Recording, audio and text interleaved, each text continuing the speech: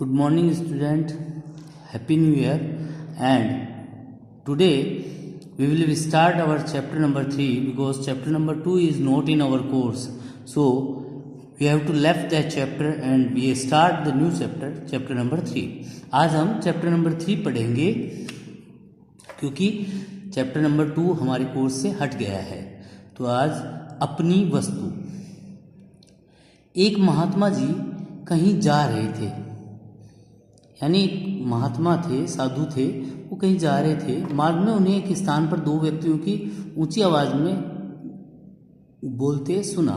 मतलब रास्ते में एक स्थान पर उन्होंने दो आदमियों को बड़ी ऊंची आवाज में बड़ी जोर जोर से बोलते हुए सुना. दोनों ही हाथों में लठ लिए एक दूसरे के प्राण लेने के लिए उद्यत दिखाई देते थे.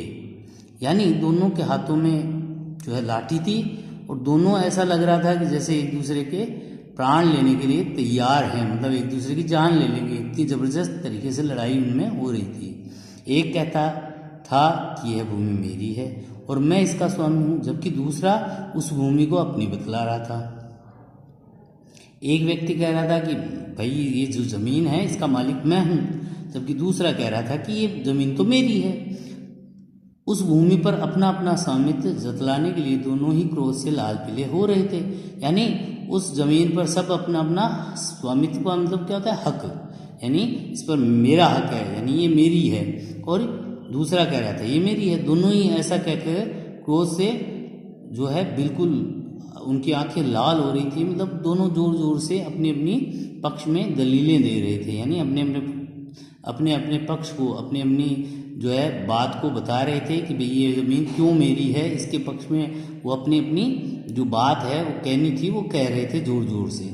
तो नेक्स्ट पैराग्राफ क्या है? संत महात्मा तो स्वभाव से ही दयालु और परोपकारी होते हैं. संतों का स्वभाव ही दया और परोपकारी, यानी दूसरों का भला चाहना होता है. सदैव वे सबका भला ही चाहते हैं. उन्होंने मन ही मन विचार किया कि दोनों लड़ाई झगड़े करके व्यर्थ ही अपने प्राण गंवाने पर तुले हैं. तो उन्होंने मन मन में विचार किया कि ये तो इतनी ज़बरदस्त तरीके से लड़ रहे हैं कि यदि इनको समझाया नहीं गया तो ये तो दोनों एक दूसरे को जो है जान ले लेंगे, यानी एक दूसरे को मार डालेंगे.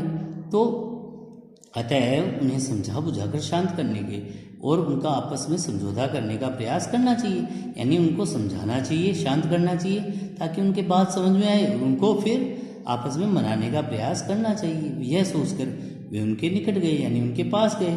उन्हें संबोधित करते हुए, यानी उनकी तरफ देखते हुए बोले, हे भद्र पुरुषों, यानी हे सज्जन लोगों, हे अच्छे लोगों, तुम लोग कौन हो और आपस में झगड़ा क्यों कर रहे हो? तुम कौन लोग हो? तुम्हारा नाम क्या है और तुम आपस में ऐसे झगड़ क्यों रहे हो? क्या कारण है? तो ये आपको इसके जो शब्दार्थ हैं वो अपनी नोटबुक में करने हैं, और इसके जो प्रश्न दिए गए हैं आपके, वो इन दोनों पैराग्राफ के प्रश्न भी अपनी नोटबुक में आपको करने हैं. Thank you.